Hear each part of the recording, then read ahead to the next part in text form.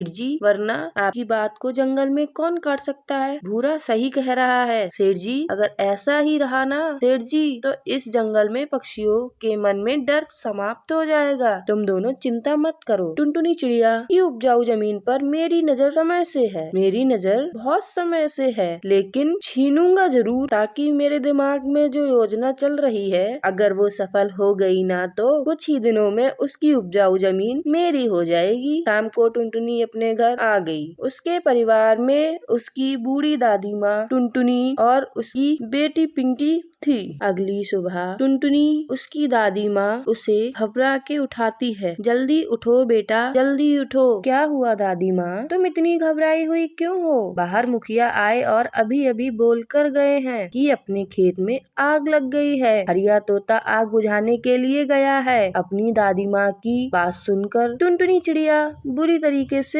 घबरा गई और वो खेतों की तरफ पहुँच गई, मगर उसने देखा कि उसके खेत में खेत जलकर राख हो गया है। हे भगवान, ये क्या हो गया? मैंने तो सरकारी बैंक से कर्जा ले रखा है। सोचा था फसल हो जाएगी तो बेचकर अच्छी आमदनी होगी। अगर मैं कर्जा कहाँ से लूं, जो कि मैं सरकारी बैंक का कर्जा चुकाऊं?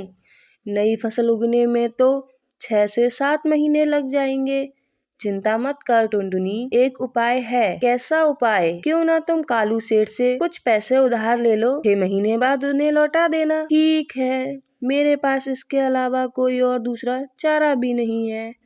टुनटुनी कालू सेठ के घर में पहुंच गई। तुम्हारे साथ बहुत बुरा हुआ टुनटुनी, जिसने भी किया है ना भगवान उसे कभी माफ नहीं करेगा। टुनटुनी, तुम एक पढ़ी लिखी और बुद्धिमान चिड़िया हो। बोलो तुम्हें कितने पैसे चाहिए? मुझे सिर्फ 50,000 रुपए की जरूरत